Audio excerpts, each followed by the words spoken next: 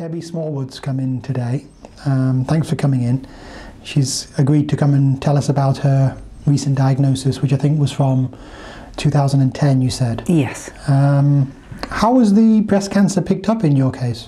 Well, for a start, I noticed some spots of blood in the bed. I thought nosebleed, things like that, but it was too low. Now my husband's on heart tablets and occasionally gets little nicks in his fingers, so my thoughts were arm round me. Didn't really connect what it was, couldn't work out what it was. And at the time, unluckily, I was wearing black bras because every the ones I bought were in packs of 2 and I was getting rid of the black ones because I didn't like them. Anyway, for my 50th birthday, one of my treats was a couple of nights in London. So off we toddled to London. It was a week after my birthday. We tootled down there. Lovely big white bed in the hotel. Woohoo, jumped in. What's that on the bed? There's a spot of blood. And instantly seen it was from my breast, from my nipple. So that sort of ruined the weekend. Off we went back home, straight down the doctor's. Then I was taken straight, obviously sent straight to Glenfield. And I had mammogram both sides, and then I had an ultrasound.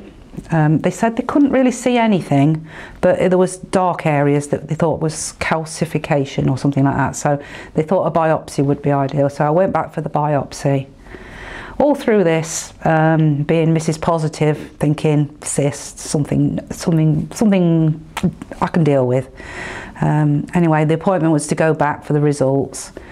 Went into the room. My husband sat behind me, and he still said, "What do you think?" And I says, "No, it'll be nothing." Miss Yakui walked in the room, and I seen a surgeon. And my husband said my face dropped, and I think from that moment it was panic. She said we found cancer in two out of the 3 biopsies, I think it was. So she says the cancer, although it's contained, it could be anywhere within your breast. So it might only be a tiny bit, but the safest way to do it is to take the whole breast away. I had that done in September. I had the mastectomy on the left side, and they also did the biopsy on the lymph glands under my arm. Again, I told them at work, see you after Christmas, breast off, implant, because I had the implant put straight in, thinking it was, well, being told it was just contained within ducts in the breast. Anyway, back for the results after that, and again, Miss Yakui, bad news, I'm sorry, the lymph glands had got cancer in them, so we need to take you straight into chemotherapy.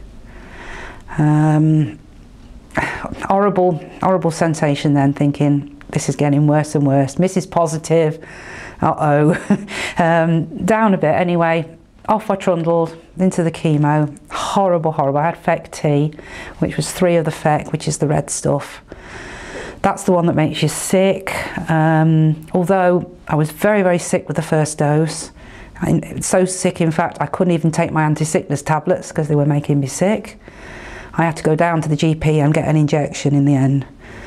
The second dose, a little bit sick, but better. However, that's when my hair started to fall out. For a start, it's, again, I can deal with this. But it is such an awful sensation when you go, and I said to my husband, it is coming out. I'm going to go and wash it hard. And I went and put my head in the bath and I went like that, and I had a handful of hair. So we shave it off, so it was shaved off. I did go and get a wig, but I never ever wore it. I felt that because the chemotherapy had obviously started my menopause or whatever, I was having awful hot flushes.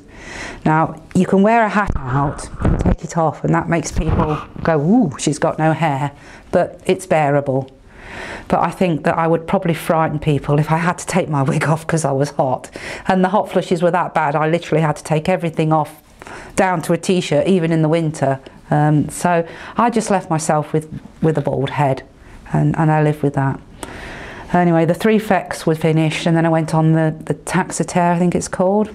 That's a doddle to have, but it feels as if you've had literally you've been chucked on the floor and you've been kicked in all your bones. Every joint hurts, your hips, your fingers, your jaw, every little bit that moves hurts.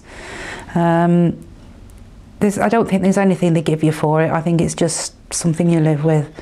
But through this, I've seen different nurses every time, although I always knew that Lucy was Dr. Osmond's main nurse. But the chemo suite ladies were absolutely, and men, were absolutely wonderful. They were rushed off their feet. The place is absolutely heaving. I don't know how they deal with it all. There's so many to treat and they haven't got time to be sympathetic with you, but at the same time, my thoughts are, it's like my veins really suffered very, very quickly. They can't be, they're sympathetic, sorry, we're hurting you, sorry, but they've got to do it. And I think that, yeah, I sort of live with that. I know it's got to be done. I mean, one attempt, I had seven goes before the needle went in, which was horrific. I was covered in plasters, but it's got to go in. You know, you haven't got any choice, you can't have it any other way. So, anyway, my chemotherapy finished. Just started to get little bristles back on my head. And then I had to go for the lymph node clearance in April 2011. So we're now into the next year. I had that done and went back to see Dr. Osmond. Now he said that the lymph nodes were, only the very top part was affected. So he would give me 3 weeks of radiotherapy. So that started in May. Again, rush. I had very early ones, so it was quite good. The car park was excellent. Straight in, get the radiotherapy, and back home by 9:30. Quite frightening sitting under that machine, but you feel nothing, and again you feel nothing from it all. That finished, and straight on to Herceptin, which again is given in the chemo suite every 3 weeks for a whole year. Now, as I was starting my Herceptin, I was getting an awful lot of pain from the breast area. It was hard. It was like having my example was a brick in my bra. Mr. Cooey looked at it occasionally, a couple of times, and she said that it had encapsulated, or it was scar tissue. There was a lot of scar tissue around it. So during my Herceptin, I think it was November 2011, the first time I had it, I had a fat transfer where they give you a bit of liposuction on your tummy and inject it round the breast, which apparently fat tissue has got lots of blood vessels, scar tissue hasn't got any or very few. So by putting the two together, it can actually dissolve scar tissue. That didn't work anyway, so back in again in April this year for removal of the implant, and she put me a smaller one in.